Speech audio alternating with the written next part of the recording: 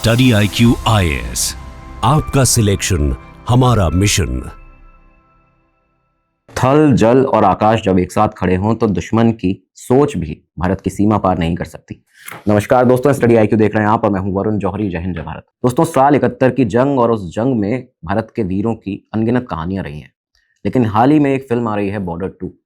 ये फिल्म भी 71 की जंग पर आधारित है, लेकिन इस फिल्म ने कई सारे सवाल लोगों के सामने खड़े कर दिए हैं कि आखिर असल में ये कहानी क्या है, किन भारत के वीर सपूतों की है।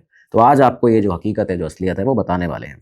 उन 3 अफसरों की आपको कहानियां बताई जाएंगी जिनकी जिंदगियां कई तरह से आपस में जुड़ी रहीं और आखिरकार 71 की जंग को जीतने के बाद में उन्होंने जीत का परचम फहराया। आपको यहाँ पता चलेगा कैसे भारतीय सेना के, इंडियन आर्मी के कर्नल होशियार सिंह दहिया, जिन्होंने 71 की जंग में 86 से ज़्यादा पाकिस्तानी सैनिकों को अकेले मार गिराया था, वो भी तब जब उनका आधे से ज़्यादा खून बह चुका था। आपको ये भी पता चलेगा कि आखिर कैसे इंडियन नेवी के lieutenant commander Joseph Alfred Noronha ने एक छोटी सी पेट्रोलिंग बोट से मोंगला और खुलना को कैप्चर किया था। पाकिस्तान के कई सारे शिपयार्ड्स, इंफ्रास्ट्रक्चर जो था उसको तहस नहस तबाह कर दिया था। आपको ये भी पता चलेगा कि आखिर कैसे इंडियन एयरफोर्स के 26 साल के फ्लाइंग ऑफिसर निर्मलजीत सिंह सेखों ने पाकिस्तान के एक सरप्राइज अटैक को, जिसमें 6 सेवर जेट्स ने श्रीनगर एयरबेस पर अटैक किया था, कैसे पाकिस्तान के इस अटैक को फेल किया और वीरगति को प्राप्त हुए। तो यहाँ आपको आज ये सारी कहानियाँ पता चलने वाली हैं। बॉर्डर 2 की जो रियल स्टोरी है, हकीकत है, वो आपको पता चलने वाली है। कमेंट बॉक्स में जय हिंद लिखना मत भूलिएगा। शुरुआत से अंत तक एपिसोड को देखिएगा, शेयर कीजिएगा। अब शुरुआत करते हैं आज के इस एपिसोड की। तो शुरुआत होती है साल 1936 से। 5 मई का दिन था जब हरियाणा के सोनीपत के पास एक सिसाना गाँव है, यहाँ एक भारत के वीर सपूत का जन्म हुआ। नाम रखा गया होशियार सिंह दहिया। होशियार सिंह जो थे, इनका ये जो गांव था रोहतक और सोनीपत के बीच में एक रोड के किनारे पर बसा हुआ था। यहाँ रहना शुरू करते हैं। सिसाना गांव जो था, इसकी एक असाधारण बात भी थी दोस्तों। इसी गांव ने करीबन 250 से ज़्यादा सैनिक भारतीय फौज में भेजे थे। तो यानी कि ये मान लीजिए कि इस गाँव की एक परंपरा थी फौजी बनाने की, और ये परंपरा लगातार आगे बढ़ी भी है। यहीं इसी गाँव में होशियार सिंह दहिया का जन्म हो जाता है। उनके पिताजी थे चौधरी हीरा सिंह दहिया, जो कि सिसाना गांव के एक सम्मानित किसान हुआ करते थे। उनकी ईमानदारी के लोग कई सारे किस्से ऐसे थे जिनका बखान किया करते थे, बहुत ही ईमानदार थे। श्रीमती माथुरी देवी उनकी माँ, जिन्होंने बचपन से ही उन्हें डिसिप्लिन सिखाना शुरू किया। और ये बात होशियार सिंह दहिया में भी देखी जाती थी कि वो बाकी बच्चों से बहुत अलग थे। उनकी एक जो सोच थी, बहुत ही स्वतंत्र सोच के वो एक इंसान थे, और ये बचपन से उनमें एक स्किल देखी जाने लगी थी। रोहतक में जाट मेमोरियल हाई स्कूल में उनका दाखिला कराया जाता है। स्कूलिंग की शुरुआत हुई, और इसी स्कूली करियर में 7th क्लास में थे होशियार सिंह दहिया जब कहते हैं कि उनकी शादी करा दी जाती है। जीवन में एक बहुत बड़ा बदलाव उनके आ चुका था। श्रीमती धन्नो देवी जी से 7th क्लास में उनकी शादी करा दी गई। एक चेंज जीवन में था, लेकिन इसके बाद जब दोबारा से उन्होंने अपना स्कूल ज्वाइन किया तो क्लास में अपने टॉपर रहे, लगातार क्लास में टॉप करते रहे। इसके अलावा खेलकूद में बहुत माहिर थे। ये कहते हैं कि जब वॉलीबॉल स्टार्ट हुआ नेशनल लेवल पर, स्टेट लेवल पर भारत में, तो वॉलीबॉल खेलने में इतने ज़्यादा माहिर थे कि अपने स्टेट से, पंजाब स्टेट से वॉलीबॉल में खेलते थे, अपनी टीम के कैप्टन भी रहे। तो एक तरह से होशियार सिंह दहिया एक बड़ी आने वाली जंग के लिए तैयार होना यहाँ से शुरू हो चुके थे। लेकिन इसी बीच होशियार सिंह दहिया के जन्म से ठीक 1 साल बाद हरियाणा से 1940 किलोमीटर दूर कर्नाटका के मैसूर में साल 1937 में 1 मार्च को जन्म हुआ था जोसेफ अल्फ्रेड नोरोना का। नोरोना जो थे, उनके पिताजी जोसेफ सी नोरोना मैसूर में एक पोस्ट मास्टर हुआ करते थे, एक सरकारी मुलाजिम थे। अपने परिवार के लिए उन्होंने एक अच्छा नाम और एक अच्छी आमदनी जो थी वो लगातार इसको बना के रखा हुआ था। और ये पूरा नोरोना परिवार जो था, ये मैंगलोर से आकर मैसूर में यहाँ पे बसा था। बचपन से ही अल्फ्रेड नोरोना पढ़ाई में बहुत ज़्यादा तेज थे। अपने लिए एक अलग मुकाम बनाना चाहते थे। वो देश को सर्व करना चाहते थे, देश की सेवा करना चाहते थे, लेकिन अपने पिताजी की तरह नहीं। उनका इरादा था सेना में जाने का। इसी के चलते 1955 में उन्होंने एक एग्ज़ाम दिया, यूपीएससी का एग्ज़ाम, जो उस समय ज्वाइंट सर्विसेज विंग का एग्ज़ाम हुआ करता था, जो आज नेशनल डिफेंस अकेडमी है। तो 1955 में उन्होंने एग्ज़ाम दिया, और बताते हैं उन्होंने इस एग्ज़ाम में टॉप किया था। टॉप करते ही सीधा खड़गवासला पुणे पहुंच जाते हैं। एनडीए उस समय पर अगर आप देखें तो 1954 में, यानी 1 साल पहले ही, जो पहली कमीशनिंग थी वो हुई थी, फॉर्मल कमीशनिंग पहली। तो एक नया इंस्टीट्यूशन था। एनडीए पहुंचते हैं, और यहीं एनडीए में यहाँ तीनों जो आर्म फोर्सेज हैं भारत की, उनके जो कैडेट्स थे वो अपनी ट्रेनिंग लेने के लिए आते थे। एनडीए पहुंचने के बाद जोसेफ अल्फ्रेड नोरोना 3 साल तक अलग अलग स्पोर्ट्स में, अलग अलग ट्रेनिंग में बहुत ही शानदार काम करके दिखाते हैं। स्पोर्ट्स की बात करें तो बॉक्सिंग, एथलेटिक्स, फुटबॉल, तीनों में माहिर थे। यहाँ उन्हें टॉप एक्सीलेंस मिला हुआ था तीनों स्पोर्ट्स के अंदर। और ये सिर्फ स्पोर्ट्स नहीं थे दोस्तों, ये सब मिलिट्री डिसिप्लिन सिखाने के तरीके थे। तो यहाँ जोसेफ अल्फ्रेड नोरोना अपनी एक सेना की एक ट्रेनिंग जो थी उसकी शुरुआत यहाँ कर चुके थे। 18 साल की करीबन इस समय पर उम्र थी। इसी समय 1955 और 56 के आसपास का ये समय है, जब इस समय एक तरफ जब अल्फ्रेड नोरोना एनडीए में अपनी ट्रेनिंग कर रहे थे, इसी बीच पुणे से दूर हरियाणा के रोहतक के जाट कॉलेज में एडमिशन ले चुके थे बैचलर डिग्री करने के लिए होशियार सिंह दहिया इसी समय के दौरान। और इस समय उन्होंने एक बहुत बड़ा डिसीजन भी ले लिया था। 1 साल करीबन हो चुका था अब तक बैचलर डिग्री को, लेकिन एक अचानक से बड़ा डिसीजन लेते हैं कॉलेज छोड़ने का। होशियार सिंह दहिया के अंदर, उनके मन में ये डिसीजन इस वजह से आया था कि एक जुनून उठा दिल में कि अचानक भारतीय फौज ज्वाइन करनी है, फौजी बनना है। और इसी के तहत अपने गांव की उस परंपरा को आगे बढ़ाते हुए 1957 के आसपास की बात बताई जाती है, जब होशियार सिंह दहिया ने जाट रेजिमेंट को ज्वाइन किया सिपाही के तौर पर यहाँ भर्ती हो जाते हैं। उनका आर्मी करियर जो था यहाँ से शुरू हो चुका था। साल 1957 जब एक तरफ होशियार सिंह दहिया और जोसेफ एल्फ्रेड नोरोना दोनों आने वाली एक बड़ी जंग के लिए तैयार हो रहे थे, तब इसी समय पंजाब के लुधियाना के एक छोटे से गांव ईसेवाल में एक 12 साल के लड़के ने अपने घर की छत से ऊपर गुजरते हुए उस भारतीय वायुसेना के एयरक्राफ्ट को देखते हुए एक सपना देखा था। ये सपना था कि उसे फाइटर पायलट बनना है। उस बच्चे का नाम था निर्मलजीत सिंह सेखों। लुधियाना के एक छोटे से गांव ईसेवाल में साल 1945 को 17 जुलाई के दिन जन्म हुआ था निर्मलजीत सिंह सेखों का। उनके पिताजी जो थे सरदार त्रिलोक सिंह सेखों, वो खुद भारतीय एयरफोर्स में वारंट ऑफिसर हुआ करते थे, बाद में ऑनररी फ्लाइट लेफ्टिनेंट भी बने। तो ये एक इस तरह का परिवार था जो कि इंडियन एयरफोर्स में पहले से सर्व कर रहा था। उनकी जो माताजी थी हरबंस कौर, उन्होंने इसी मिलिट्री बैकग्राउंड में निर्मलजीत सिंह सेखों को पाला था, उन्हें बड़ा किया था। बचपन से ही निर्मलजीत के अंदर ये देखा गया कि उड़ान का उन्हें बहुत ज़्यादा शौक था। फाइटर पायलट्स को देखकर वो सोचते थे कि एक दिन मैं भी इसी तरह के जो जेट्स हैं इनको उड़ाऊंगा, ऐसे एयरक्राफ्ट को उड़ाऊंगा। और इस वजह ये इसलिए था क्योंकि उनका जो घर था, ये जो गांव था उनका, वो एयरफोर्स स्टेशन हलवारा के पास में था। तो इस वजह से यहाँ से आए दिन रोज़ ये देखते थे कि जो एयरक्राफ्ट है उनकी आवाज़ें आ रही हैं छत से, घर की ऊपर छत से, वो देखा करते थे और ऊपर से एयरक्राफ्ट जब देखते थे तो उससे इंस्पायर हुआ करते थे। दूसरी ओर पिताजी थे वो इंडियन एयरफोर्स में सर्व कर रहे थे, तो निर्मलजीत ये समझ चुके थे कि आखिर देश को कैसे, देश की सेवा की जाती है, सर्व कैसे किया जाता है। और बचपन से ही उन्होंने फेमस सिख वॉरियर हरि सिंह नालवा जी की कहानियां सुनी थी, उनकी वीर गाथाएं सुनी थी, तो उससे बहुत ज़्यादा मोटिवेट होते थे और ये डिटरमाइन कर चुके थे, पहले से ही सोच चुके थे कि वो बड़े होकर फाइटर पायलट ही बनेंगे, क्योंकि देश सेवा से बड़ा कोई भी धर्म नहीं है। निर्मलजीत सिंह का बचपन से बताया जाता है, जब वो पढ़ाई करते थे तो उनके टीचर्स ये देखते थे कि ये जो लड़का है वो एक अलग ही लेवल का लड़का है, उसका दिमाग बहुत ही नेक्स्ट लेवल पर चलता है।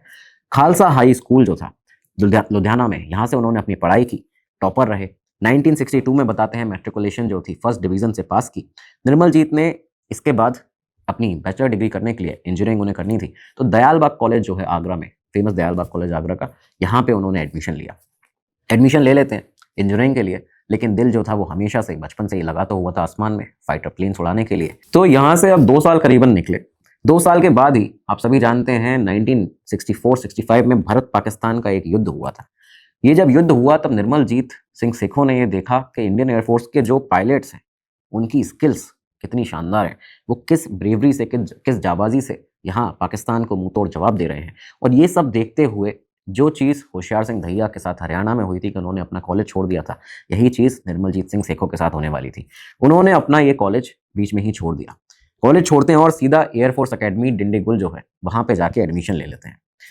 ये जो साल 65 की जंग थी दोस्तों, इसने ना सिर्फ, ये जो भारत पाकिस्तान का युद्ध हुआ, इसने ना सिर्फ निर्मलजीत सिंह सेखों की ज़िंदगी को बदला था, बल्कि उस समय जाट रेजिमेंट में सिपाही के पद पर काम कर रहे, सिपाही की पोजीशन पर काम कर रहे होशियार सिंह दहिया ने भी इसी 65 की जंग में एक बहुत बड़ा कारनामा करके दिखाया था। जाट रेजिमेंट में सिपाही के पद पर भर्ती हुए होशियार सिंह दहिया ने शुरुआत से ही अपनी जो मैनेजमेंट स्किल्स थी, जो उनकी लीडरशिप क्वालिटी थी, वो दिखाना शुरू कर दिया था। और कहीं ना कहीं यही वो कमांड सेंस था उनका, जो उनके सीनियर्स को, उनके कमांडर्स को भा गया था।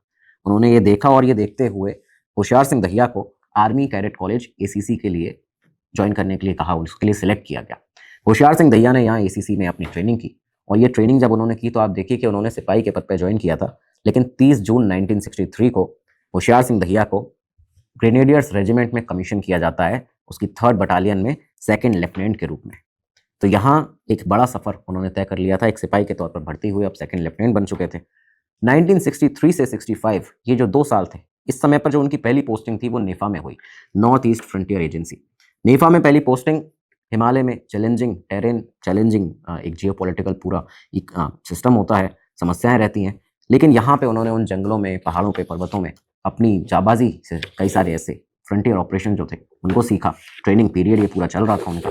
ये सब करने के बाद में 2 साल तक ये चला, 65 आ चुका था और 65 ये वही साल जब भारत पाकिस्तान का युद्ध हुआ। भारत पाकिस्तान के युद्ध में होशियार सिंह दहिया इस समय राजस्थान सेक्टर में डिप्लॉय थे, लेफ्टिनेंट बन चुके थे। वॉर के समय रिकॉनिसेंस मिशन जो थे उसके लिए उन्हें सिलेक्ट किया जाता है 1965 की वॉर में। उन्होंने यहाँ एक स्पेशल अप्रोच अपनाई। लोकल भेस में, जो वहाँ के गाँव वालों का लोकल भेस होता है, उसमें घूमना शुरू करते हैं। ऊँट के ऊपर उन्होंने सवारी करना शुरू किया और इसके बाद ऊँट पर सवारी करते हुए लोकल गाँव वाला बनते हुए एनिमी के यानी कि पाकिस्तान के जो लाइन्स थी उसमें घुसकर वहाँ से इतनी इंटेलिजेंस गैदर की थी होशियार सिंह दहिया ने कि पाकिस्तान की जो फौज थी उसका पूरा मूवमेंट स्लो डाउन कर दिया था। बहुत ही डेंजरस था ये, लेकिन होशियार सिंह दहिया ये हिम्मत, वो उनके अंदर वो जज्बा लगातार था, बचपन से देखा जाता था और वो जुनून था। उनके इंटेलिजेंस वर्क की वजह से पाकिस्तान फौज का जो मूवमेंट था वो स्लो हुआ और इसके बाद में पाकिस्तान फौज पीछे हट पाई। उनकी इस बहादुरी के लिए उन्हें मेंशन्ड इन डिस्पैचेस का कमेंडेशन मिला था, यानी कि उनके सीनियर्स ने जो लिस्ट थी आगे रिपोर्ट बनाई गई तो उसमें उनकी ब्रेवरी की वजह से उनका नाम वहाँ पे मेंशन किया हुआ था उस रिपोर्ट के अंदर। 65 के वॉर के बाद में जो 71 तक के जो 6 साल रहे हैं 1971 तक, इन 6 सालों में होशियार सिंह दहिया ने कई सारे सोल्जर्स को ट्रेन किया। वो एक्सरसाइजेज अलग अलग जो होती थी उसमें हिस्सा लेते थे। ये सारी चीज़ें चलती हैं। इस बीच में उनके प्रमोशन भी हुए। 30 जून 1965 को उन्हें लेफ्टिनेंट बनाया गया, लेफ्टिनेंट रैंक पर प्रमोट हुए और 30 जून 1969 को कैप्टन बनते हैं। अब होशियार सिंह दहिया एक एक्सपीरियंस ऑफिसर हो चुके थे, चार्ली कंपनी के कमांडर थे इस समय पर। लेकिन साल 1977 जब आया तो इस साल वो ये समझ चुके थे कि भारत और पाकिस्तान के बीच में जो तनाव है वो एक बार फिर से जंग का रूप ले सकता है। इस बीच पुणे खड़क वासला में जोसेफ अल्फ्रेड नोरोना ने भी अपनी जो ट्रेनिंग थी 3 साल की वो कंप्लीट कर ली थी और उसके बाद अक्टूबर 1959 में भारतीय नौसेना में कमीशन हो चुके थे। इंडियन नेवी में उन्हें कमीशन कर लिया गया था। 59 से लेकर 71 तक का ये जो पूरे 12 साल रहे हैं, इन 12 सालों में अल्फ्रेड नोरोना अलग अलग जगहों पर, अलग अलग जहाज़ों पर पोस्टिंग पर रहे। अलग अलग मिशंस उन्होंने यहाँ पे देखे, रिकॉनिसेंस मिशंस भी किए, अलग अलग फौजी कार्यकाल देखे और सभी जगह एक शानदार ऑफिसर की तरह उभर कर सामने आए थे, एक शानदार ऑफिसर साबित हुए थे। लेकिन साल 1971 जब आया, भारत और पाकिस्तान के बीच बढ़ते उस तनाव से वो भी लगातार वाकिफ थे और तैयार भी थे। ये सारी चीज़ें ये फौजी जानते थे। लेकिन इस दौरान 6 सालों में जो बीते 6 साल थे उसमें निर्मलजीत सिंह सेखों ने भी अपने फाइटर पायलट बनने के सपने को पूरा कर लिया था। आप ये देखिए कि साल 1965 से 67 के बीच जब उन्होंने एयरफोर्स अकेडमी डिंडीगुल ज्वाइन की थी, उसमें एडमिशन लिया था, तो वहाँ पे उन्होंने असाधारण मेहनत करके दिखाई थी। कभी भी कॉम्प्रोमाइज़ नहीं करते थे, एक्सक्यूजेज नहीं देते थे, हमेशा विक्ट्री पर उनका फोकस रहता था। और इस बीच में इस पूरी ट्रेनिंग के दौरान का एक वाक्य भी सामने आता है। बताया जाता है कि निर्मलजीत सिंह सेखों की हाइट जो थी, जो उनकी लंबाई थी, 6 फीट से ज़्यादा थी। उस समय उन्हें यहाँ ट्रेनिंग के लिए फॉलैंड नेट एयरक्राफ्ट जो थे वो दिए गए, उस पर फ्लाई करना था। अब फॉलैंड नेट एयरक्राफ्ट जो था वो छोटा था, उसकी वजह से कॉकपिट में डिस्कम्फर्ट उन्हें काफ़ी ज़्यादा होता था। लेकिन यहाँ उन्होंने बिना किसी एक्सक्यूज़ को देते हुए प्रॉपरली अपनी ट्रेनिंग कंप्लीट की। ऐसे डिस्कम्फर्ट से भी एक तरह से जीत निकाली, विक्ट्री निकाली, कॉम्प्रोमाइज़ बिल्कुल नहीं किया। और 97 पायलट कोर्स में उन्होंने एक्सेप्शनल परफॉर्मेंस अपना किया था। निर्मलजीत सिंह सेखों भी अब इंडियन एयरफोर्स में कमीशन हो चुके थे। 1 साल महज बीता यहाँ से। अक्टूबर 1968 में उन्हें 18th जो स्क्वाड्रन थी उसमें पोस्ट किया जाता है। ये जो 18 स्क्वाड्रन थी, इसको एक बहुत ही शानदार नाम से जाना जाता था, इंडियन एयरफोर्स में अभी भी जाना जाता है, द फ्लाइंग बुलेट्स। यहाँ उन्हें कमीशन किया गया। ये स्क्वाड्रन अंबाला एयरबेस पर तैनात रहती थी, वहाँ पे डिप्लॉय थी। नेट फाइटर प्लेन्स जो थे उसको फ्लाई किया करती थी और इसका मोटो था इस स्क्वाड्रन का, तीव्र और निर्भय। तो ये मोटो जो था, इस पर निर्मलजीत सिंह सेखों भी लगातार काम करना शुरू कर देते हैं। अंबाला में निर्मलजीत सिंह अपने जो उनके साथी थे उनके बीच में बहुत ज़्यादा पॉपुलर थे, क्योंकि हर चीज़ में माहिर थे, आगे थे। 3 साल करीबन यहाँ से निकलते हैं, 68 से लेकर 71 तक। साल 1971 आता है। इस बीच में निर्मलजीत सिंह सेखों ने जीनेट पायलट्स जो थे, जो एयरक्राफ्ट थे, उनकी ट्रेनिंग की। लोगों को, कई सारे अपने साथियों को भी सिखाया। कई सारी ऐसी डॉग फाइटिंग टेक्निक्स जो हैं उनको सीखा। रिकॉनिसेंस कैसे करना है, रिकॉनिसेंस मिशन कई सारे उन्होंने फ्लाई किए। तो ये सारी चीज़ें वो इन 3 साल में कर चुके थे। लेकिन ये जो अब साल 1971 आ चुका था, इन तीनों ही जाबाज भारतीय वीर सपूतों के लिए, यहाँ ये सब देख सकते थे कि 1971 मार्च से ही टेंशन्स जो हैं भारत पाकिस्तान सीमाओं पर वो बढ़ने शुरू हो चुके हैं। ईस्ट पाकिस्तान में मुक्ति वाहिनी के मूवमेंट्स चल रहे हैं और पाकिस्तानी फ़ौज ईस्ट पाकिस्तान के लोगों पर बहुत ज़्यादा जुल्म कर रही थी, ब्रुटैलिटी कर रही थी बुरी तरह से। ये सब देखते हुए अंबाला में उस समय पर पोस्टेड निर्मलजीत सिंह सेखों एक दिन जब न्यूज़ सुनते हैं और ये सारी चीज़ें देखते हैं, वो ये समझ चुके थे कि कुछ बहुत बड़ा जल्दी ही होने वाला है। महज 9 महीने के अंदर 71 की वॉर डिक्लेयर हो चुकी थी। ये वॉर जो थी 2 अलग अलग फ्रंट पर लड़ी जा रही थी। ईस्टर्न फ्रंट यानी बांग्लादेश की तरफ और वेस्टर्न फ्रंट पंजाब और कश्मीर, जम्मू कश्मीर की तरफ। पाकिस्तान की दरअसल एक स्ट्रैटेजी थी इस वॉर के अंदर कि अगर हम वेस्टर्न बॉर्डर्स पर भी अटैक करें तो भारतीय फौज को दो हिस्सों में डिवाइड कर देंगे, उन्हें दो तरफा लड़ाई करनी पड़ेगी, जिसकी वजह से वो उसमें जब बिजी हो जाएंगे तो हम पूर्वी फ्रंट पे यानी ईस्ट पाकिस्तान जो बांग्लादेश वाला एरिया है वहाँ पे हम ज़्यादा टाइम ले सकते हैं। तो ये पाकिस्तान की स्ट्रैटेजी थी, इसलिए वॉर जो थी वो दो फ्रंट पर लड़ी जा रही थी। इस वॉर में ये जो तीनों हमारे योद्धा थे, निर्मलजीत सिंह सेखो, होशियार सिंह दहिया और जोसेफ अल्फ्रेड नोरोना, ये तीनों ही लगातार लड़ाई कर रहे थे। होशियार सिंह जो थे वो आर्मी की तरफ से, इंडियन आर्मी की तरफ से वेस्टर्न फ्रंट पर लड़ने के लिए पहुंचे हुए थे। जोसेफ नरोना जो थे वो नेवी की तरफ से ईस्टर्न फ्रंट पर तैनात थे और निर्मलजीत सिंह सेखो एयरफोर्स की तरफ से वेस्टर्न फ्रंट पर जो एयर डिफेंस है उसमें अपना काम कर रहे थे। ये सारी चीज़ें शुरू होती हैं 3 दिसंबर 1971। ये वो दिन जब पाकिस्तान ने अपना ऑपरेशन चंगेज़ खान लॉन्च किया। ये ऑपरेशन कुछ इस तरह से था कि प्री एम्प्टिव एयर स्ट्राइक्स की जाएं भारतीय एयर बेसेस पर। कई सारे एयर बेसेस को टारगेट किया गया पाकिस्तान के द्वारा, जिसमें अमृतसर, श्रीनगर, अवंतीपुर और पठानकोट, ये सारे एयर बेसेस थे जिन पर हमला करने वाला था पाकिस्तान। ये जो हमले किए गए इसका मेन ऑब्जेक्टिव यही था कि इंडियन एयरफोर्स को ही एक सरप्राइज अटैक कर दिया जाए, उनके ऊपर एक इस तरह का सरप्राइज दिया जाए कि उनके जो फॉरवर्ड एयरफील्ड्स हैं जिन पे वो बिल्कुल भी नहीं सोच सकते कि यहाँ पे हमला किया जाएगा पाकिस्तान के द्वारा, तो जब वो इसमें बिजी हो जाएंगे तो यहाँ पे हमें वेस्ट में एयर सुपीरियरिटी मिल जाएगी। ये पाकिस्तान का पूरा प्लान था। दोस्तों, ऑपरेशन चंगेज़ खान 3 दिसंबर 1971 का ये वही दिन था जब ये जो एयर बेसिस पर हमले किए गए। इसके साथ भारतीय और पाकिस्तान फौज का जो जंग थी वो शुरू हो चुकी थी। इंडो पाकिस्तान वॉर 1971 का ये यहीं से ऑफिशियल स्टार्ट था। पाकिस्तान के ऑपरेशन चंगेज़ खान का मुंहतोड़ जवाब दिया भारतीय वायुसेना ने। यहाँ पे सबसे पहले 18 स्क्वाड्रन जो थी उसके नेट डिटैचमेंट को, नेट एयरक्राफ्ट डिटैचमेंट को कश्मीर में श्रीनगर के अंदर एयरबेस पर डिप्लॉय कर दिया जाता है। ये वही डिटैचमेंट था जिसमें तैनात थे निर्मल सिंह सेखो। इसको इसलिए किया गया था यहाँ पे डिप्लॉय जिससे कि एयर डिफेंस जो है कश्मीर वैली का, श्रीनगर का, ये पूरा बनाया जा सके, बना रह पाए। अब दिक्कत यहाँ ये थी कि 1948 में जो एग्रीमेंट हुआ था उसकी वजह से पहले यहाँ कोई भी परमानेंट एयर डिफेंस जो एयरक्राफ्ट थे वो यहाँ पे नहीं हुआ करते थे। इसकी वजह से जो पायलट थे वो अनफेमिलियर थे इस पूरे टेरेन से, हाई एल्टीट्यूड से, किस तरह की कंडीशंस होंगी फ्लाइंग के दौरान उससे, और कश्मीर में उस समय पर बहुत बुरी ठंड भी थी, बहुत ज़्यादा सर्दी का समय था।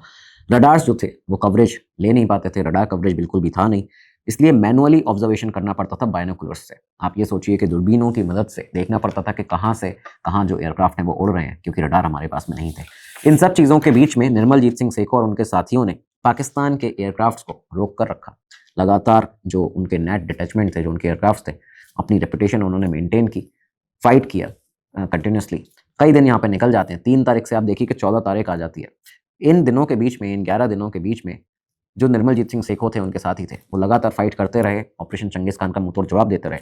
लेकिन 14 दिसंबर 1971 की सुबह श्रीनगर एयरफील्ड पर एक सरप्राइज अटैक किया जाता है पाकिस्तानी एयरफोर्स के द्वारा।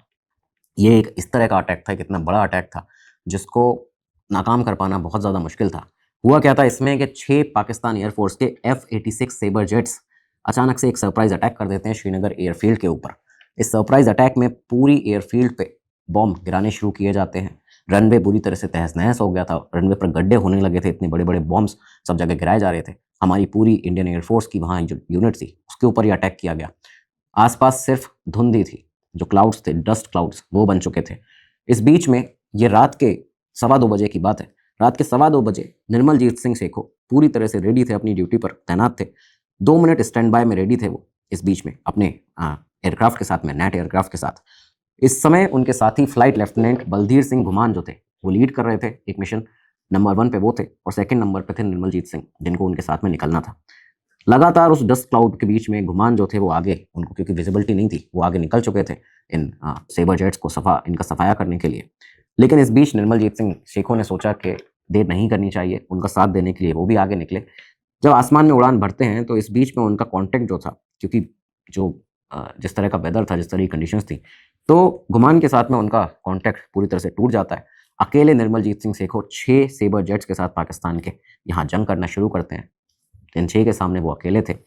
इस बीच जो डॉग फाइट थी, देखिए डॉग फाइट ये कहा जाता है जो बहुत ही क्लोज कॉम्बैट होता है, बहुत ही क्लोज फाइट होती है एयरक्राफ्ट के बीच में। तो ये जो डॉग फाइट्स थी बताते हैं वो ट्री टॉप हाइट पर चल रही थी इस समय। इस डॉग फाइट में निर्मलजीत सिंह ने एक डायरेक्ट हिट मारा एक सेबर जेट को पाकिस्तान के, वो तहस नहस हो गया। दूसरा सेबर जेट था, उसको जब हिट मारा तो वो रजौरी की तरफ भाग गया।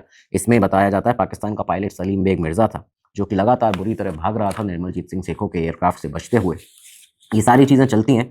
अब बचे थे सिर्फ 4 एयरक्राफ्ट, पाकिस्तान के 4 सेवर जेट्स। इनका अकेले मुकाबला अभी भी कर रहे थे निर्मलजीत सिंह सेखो। लेकिन इसी बीच निर्मलजीत सिंह के नेट एयरक्राफ्ट को हिट किया पाकिस्तान के एक सेवर जेट ने। इस दौरान एयर ट्रैफिक कंट्रोलर जो थे उस समय स्क्वाड्रन लीडर भारतीय वायुसेना के वीरेंद्र सिंह पठानिया, उन्होंने खुद निर्मलजीत को ये कहा था कि निर्मलजीत रिटर्न टू बेस, आपका जो एयरक्राफ्ट है वो हिट हुआ है। लेकिन उनके आखिरी वर्ड्स थे निर्मलजीत सिंह सेखो के कि I think I have been hit गुमान, कम एंड गेट देम। वो अपने साथी को यहाँ पे बुला रहे थे। अचानक से उनका जो एयरक्राफ्ट हिट हुआ था, इसकी वजह से कंट्रोल फेलियर हुआ। इन्वर्टेड होते हुए वो जो उनका नेट एयरक्राफ्ट था वो एक खाई में जाके गिरता है। इजेक्शन का ट्राई किया उन्होंने, कैनोपी लेकिन ऑफ हो चुकी थी पूरी तरह से, और ये जो ऑपरेशन था वो इजेक्शन का वो अनसक्सेसफुल रहता है। 14 दिसंबर 1971 अराउंड 2:45 बजे रात के 2:45 पर फ्लाइंग ऑफिसर निर्मलजीत सिंह सेखो 26 साल के भारत के वो जाबाज सपूत भारतीय वायुसेना के वीरगति को प्राप्त हो गए थे। लेकिन निर्मलजीत सिंह जी की जो बहादुरी थी उसने पाकिस्तान को ये समझ दी, ये सीख दी कि कभी भी श्रीनगर में हमला नहीं करना है। और इसी की वजह से ये जो पूरा पाकिस्तानी फौज थी, एयरफोर्स था, उसने अपने जो ऑपरेशंस थे, मेजर ऑपरेशंस, वो नॉर्थ में अवॉइड किए थे। बताया जाता है कि ये जो निर्मलजीत सिंह जी का सेक्रीफाइस रहा, इसी की वजह से इंडियन आर्मी को साकरगढ़ सेक्टर में एडवांस करने का मौका मिला था। जब निर्मलजीत सिंह सेखो आसमान में जीत की दास्तान लिख रहे थे, तब उसी समय पर होशियार सिंह दहिया जमीन पर जीत के उस दास्तान के आगे के पन्ने भर रहे थे। यहाँ पे बात है सकरपुर सेक्टर की। सकरपुर सेक्टर दरअसल जम्मू कश्मीर के पास एक बहुत ही स्ट्रैटेजिक एरिया, जिसे बचाना बहुत ज़्यादा ज़रूरी था। सकरपुर सेक्टर, जहाँ पाकिस्तान का प्लान था कि वेस्टर्न बॉर्डर्स पे अटैक जो हैं वो लगातार इंडियन फोर्सेस के ऊपर करने चाहिए, जिससे कि वो दोनों तरफ से बिजी हो जाएंगे, और नतीजा क्या होगा कि जो बांग्लादेश वाली साइड है, ईस्ट साइड, ईस्टर्न फ्रंट पे वो अपना जो समय है वो ज़्यादा ले सकेंगे। सकरपुर बुल्स को डिफेंड करना भारत के लिए बहुत ज़्यादा क्रिटिकल था। जब निर्मलजीत सिंह शेखों की वीरगति हुई है 14 दिसंबर को, उसके अगले ही दिन 15 दिसंबर 1971 को एक ऑर्डर आता है यहाँ पे 3rd बटालियन ग्रेनेडियर्स के पास में, जिसमें कमांड को लीड कर रहे थे कौन, होशियार सिंह दहिया साहब। उनके पास एक ऑर्डर आता है कि बसंतर नदी जो है उसको पार करके एक ब्रिजहेड पूरा बनाना है और झरपाल को हमें कैप्चर करना है। अब झरपाल एक ऐसी जगह थी जिसमें पाकिस्तान की बहुत बड़ी फोर्स तैनात थी, स्ट्रेंथ उनकी काफ़ी ज़्यादा थी, और माइन फील्ड से भरा हुआ था उस पूरे एरिया को पाकिस्तान ने। यहाँ पे चार्ली कंपनी आगे बढ़ती है झरपाल को कैप्चर करने के लिए। चार्ली कंपनी को कमांड कर रहे थे मेजर होशियार सिंह दहिया साहब। यहाँ जब ये कमांड करना शुरू करते हैं, चार्ली कंपनी आगे बढ़ती है। 15 दिसंबर का ये वही दिन था, सुबह से जब अटैक की शुरुआत हो गई। पाकिस्तान की तरफ से इंटेंस शेलिंग की जाने लगी, मशीन गन से लगातार फायर किए जाते थे। होशियार सिंह दहिया जो थे वो फ्रंट लाइन पर उस समय पर मौजूद थे। उन्होंने अपने सोल्जर्स को लीड करते हुए और खुद आगे लीड करते हुए कहा कि आगे बढ़ो, बिल्कुल भी डरना नहीं है, इन्हें मुंहतोड़ जवाब देना है, इन्हें पीछे घसीटना है हमें। ये सारी चीज़ें करते हुए सोल्जर्स जब आगे बढ़े तो बताया जाता है एक बहुत ही क्लोज कॉम्बाट इन सैनिकों के बीच में हुआ है, भारत और पाकिस्तान के। हैंड टू हैंड फाइटिंग हुई है यहाँ पे, बहुत कैजुअलिटीज़ हुई इस बीच में। लेकिन होशियार सिंह दहिया के डिटर्मिनेशन की वजह से, उनके उस जज्बे की, उस जाबाजी की वजह से, उन तमाम सारे सैनिकों की जाबाजी की वजह से हमने झरपाल को कैप्चर कर लिया। झरपाल यहाँ पे पूरा एरिया कैप्चर हो चुका था। रिजल्ट आप देखिए तो क्या था कि 20 पाकिस्तानी प्रिजनर ऑफ वॉर हमारे पास में थे। 20 पाकिस्तानी सोल्जर्स को हमने प्रिजनर ऑफ वॉर बनाया था। हैवी वेपन सीज यहाँ पे पाकिस्तान की तरफ से किए थे। ये सारी चीज़ें हुई। भारत में पाकिस्तान को यहाँ पे जवाब दिया, मुंहतोड़ जवाब दिया, हराया। लेकिन अगला ही दिन 16 दिसंबर, वॉर जो है दोस्तों वो ऐसी चलती है, काउंटर अटैक लगातार किए जाते रहते हैं। 16 दिसंबर की सुबह सुबह थी, पाकिस्तान की 35 FF रेजिमेंट ने अटैक करना शुरू किया टैंक्स के साथ में, आर्टिलरीज के साथ में। ये काउंटर अटैक था पाकिस्तान की तरफ से। लेकिन यहाँ पे भी होशियार सिंह दहिया साहब ने अपने सैनिकों को और खुद जान लगा दी। पाकिस्तान के इस अटैक को भी रिपील कर दिया, पूरी तरह से ख़त्म कर दिया। लेकिन जंग है। अगला दिन आया 17 दिसंबर का, सबसे बड़ा अटैक हुआ। एक हैवी आर्टिलरी सपोर्ट के साथ में पाकिस्तान की बटालियन सामने आती है, और उस बटालियन ने एक पूरा शेल जो था, लगातार जो शेलिंग कर रही थी, तो उस बीच में एक शेल जो था वो चार्ली कंपनी के MMG पोस्ट पर जाके सीधा गिरता है। जितने सैनिक वहाँ पे थे चार्ली बटालियन के, चार्ली कंपनी के, वो बुरी तरह से इंजर्ड हो जाते हैं, सीवियरली इंजर्ड हुए। ये MMG पोस्ट हमारे लिए बहुत ज़्यादा ज़रूरी था इसको बचाना, और इसी वजह से होशियार सिंह दहिया, जो कि उस शेल के विस्फोट होने के बाद में जो शार्पनर्स थे उनके बदन में अलग अलग जगह घुस चुके थे, उनका लगातार खून बह रहा था। बताते उनके पैरों से सबसे ज़्यादा ब्लीडिंग हो रही थी। फिर भी चल नहीं पा रहे थे, लेकिन फिर भी उन्होंने खुद को खींचते हुए, पास में एक मशीन गन पिट थी वहाँ तक खुद को ले जाते हैं, और उसके बाद उस घायल अवस्था में उस मशीन गन को पकड़ के उन्होंने ज़ोर से चिल्लाया और कहा कि मेरी तरफ आओ, मुझसे भिड़ो, मुझसे जंग करो। अकेले मेजर होशियार सिंह दहिया ने उस मशीन गन से, बताया जाता है 86 से 87 ऐसे पाकिस्तानी सोल्जर थे, ऐसे दुश्मन थे जिनको मार गिराया था। रिजल्ट दोस्तों यहाँ पे ये हुआ, 85 से 89 पाकिस्तानी सोल्जर्स यहाँ पे मारे गए ऑन स्पॉट। उसमें लेफ्टिनेंट कर्नल अकरम रजा भी था, कमांडिंग ऑफिसर पाकिस्तान का। 3 ऑफिसर और थे जिनको मारा गया। ये सारे अटैक जो थे पाकिस्तान की तरफ से उनको ख़त्म किया गया। होशियार सिंह दहिया बहुत सीरियस सिचुएशन में थे, कंडीशन में थे। उनको लगातार कहा जा रहा था टीम की तरफ से, जो डॉक्टर्स भी वहाँ पे तैनात थे आर्मी के, उन्होंने ये कहा उनसे कि आप ख़त्म कीजिए, आप वापस आ जाइए, आपको हमें इवैक्यूएट करना है। लेकिन उन्होंने इवैक्यूएशन से साफ इनकार कर दिया। मेजर होशियार सिंह दहिया का ये कहना था कि सीज़ फायर जब तक नहीं होगा मैं अपनी पोजीशन नहीं छोड़ूंगा, क्योंकि मेरे सारे सोल्जर्स यहीं हैं, मैं पाकिस्तान को एक और मौका नहीं दूंगा। शाम को सीज़ फायर का जब अनाउंसमेंट हुआ है, यहाँ पे 17 तारीख के आसपास की बात है, तब जाके होशियार सिंह दहिया ने उस इवैक्यूएशन को एक्सेप्ट किया। और जब यकीन मानिए वो हॉस्पिटल जब पहुंचे थे तो वहाँ डॉक्टर्स ने कहा था कि ये ऐसा कैसे हो सकता है, ये मिरेकल है, इनका बचना नामुमकिन था, इतना खून उनका बह चुका था। एक तरह से देखा जाए तो एक आदमी ने, एक फौजी ने हमारे पूरी बटालियन का काम किया था यहाँ पे। इस बीच इन तीनों योद्धाओं में से समंदर में तैनात थे जोसेफ अल्फ्रेड नोरोना, भारतीय नौसेना की तरफ से।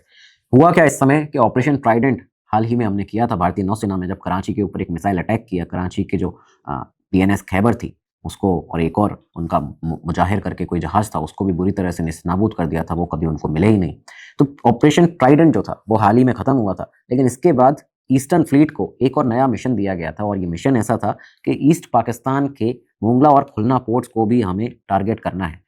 यहाँ पे टारगेट करना ज़रूरी है क्योंकि ये दोनों पोर्ट्स जो हैं वो बहुत बड़े इनलैंड पोर्ट्स हैं इस तरह के, जहाँ से मिलिट्री सप्लाई कराची से लगातार की जाती है।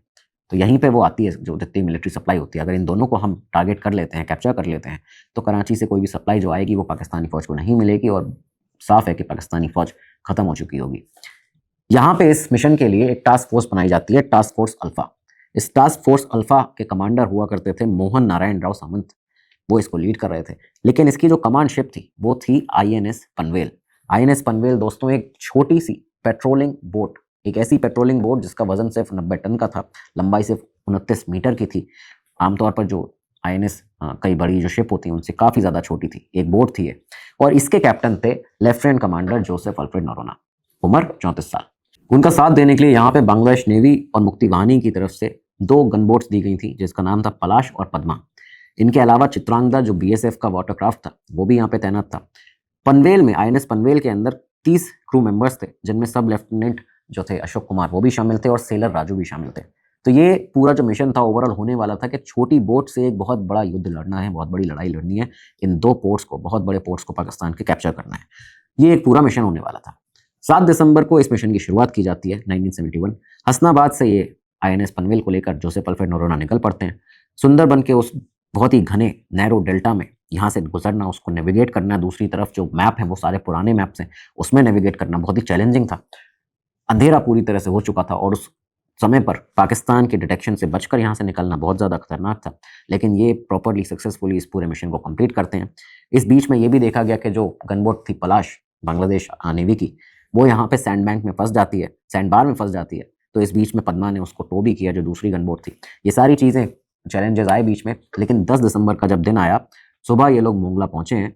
जब यहाँ पहुँचे तो भारतीय फ़ौजों ने पाकिस्तान की सेना को पहले ही यहाँ पे ख़त्म कर दिया था। पाकिस्तानी यहाँ से भाग चुके थे। मोंगला को मुक्ति वाहिनी ने अपने कंट्रोल में लिया, इजीली कैप्चर किया गया मोंगला को। जो पार्टीज़ थी, बोर्डिंग पार्टीज़, उन्होंने पाकिस्तान के फ्लैग उतारे, भारत के झंडे जो थे, बांग्लादेश के जो झंडे थे उस समय पर, वो यहाँ पे लगाए गए मुक्ति वाहिनी के द्वारा। मोंगला कैप्चर हो चुका था। खुलना जो था अब उसकी बारी थी।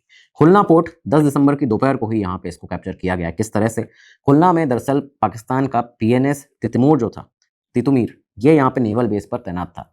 पाकिस्तान की जो 107 ब्रिगेड थी वो लगातार यहाँ से फायरिंग कर रही थी इसको बचाने के लिए। जवाबी कार्रवाई इंडियन आर्मी की 41 ब्रिगेड वेस्ट की तरफ से लगातार अटैक कर रही थी। अब इस बीच में INS पनवेल जो था उसको लेकर जोसेफ अल्फ्रेड नोरोना निकलते हैं रूपसा रिवर की तरफ से। ये यहाँ से अटैक करना अपना शुरू करते हैं पीछे की साइड से। जब ये यहाँ से अटैक करते हैं, टास्क फोर्स इनकी जो अल्फा थी वो यहीं से अटैक कर रही थी लगातार। सुबह के 11 बजे के आसपास की बात बताई जाती है, जब रूपसा में इन्होंने एंटर किया है, रूपसा नदी में INS पनवेल ने।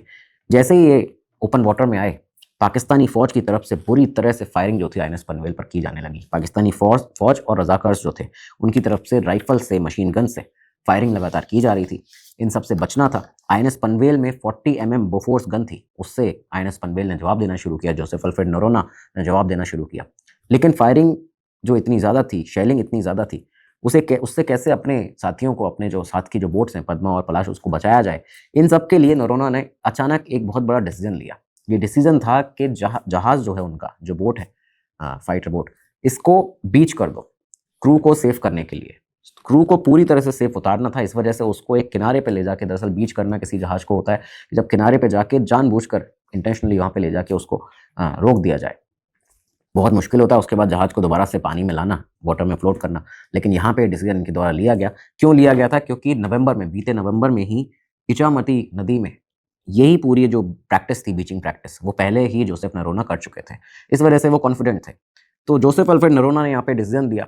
इसके साथ ही उन्होंने अपने जो साथी थे, सब लेफ्टिनेंट अशोक कुमार और सेलर राजू, उन दोनों को इंजन रूम में भेजा कि लगातार इंजन जो है वो हमारी INS पनवेल का, उसको ऑन रखना, क्योंकि जैसे ही ये शेलिंग जो है या फिर ये कहें कि जो फायरिंग है बंद होगी, हमारा क्रू सेफ हो जाएगा, हम वापस से वाटर में जाएंगे, रीफ्लोट करेंगे। इस बीच में कुछ नेट एयरक्राफ्ट ऐसे थे जिनकी तरफ से लगातार जो शेलिंग की जा रही थी, बॉम्ब फेंके जा रहे थे, तो उनसे डैमेज होने का खतरा भी था। तो ये भी एक रीज़न रहा था जब जोसेफ अल्फ्रेड नरोना ने अपनी INS पनवेल को और अपने बाकी साथियों को बचाने के लिए बीच किया था INS पनवेल। तो ये सारी चीज़ें लगातार यहाँ चल रही थी। जैसे ही ये नेट एयरक्राफ्ट जाते थे, उनका दूसरा राउंड आने वाला होता था, उस बीच में ये दोबारा से रिफ्लोट करते थे INS पनवेल को, हैवी शेलिंग करते थे। करीबन बताया जाता है 600 शेल फायर किए हैं INS पनवेल ने पाकिस्तान के ऊपर, पाकिस्तान के शिपयार्ड्स को तहस नहस तबाह कर दिया था इस बीच में। जैसे ही दोबारा से नेट एयरक्राफ्ट आते थे तो वापस से बीच करते थे INS पनवेल को, और उसके बाद इंजन क्योंकि लगातार ऑन रखते थे, इसकी पहले से प्रैक्टिस कर चुके थे, तो वापस से रिफ्लोट कर जाते थे। ये सारी चीज़ें होती हैं और अंजाम ये हुआ कि खुलना को भी भारतीय फौज ने, भारतीय नौसेना ने कैप्चर कर लिया था।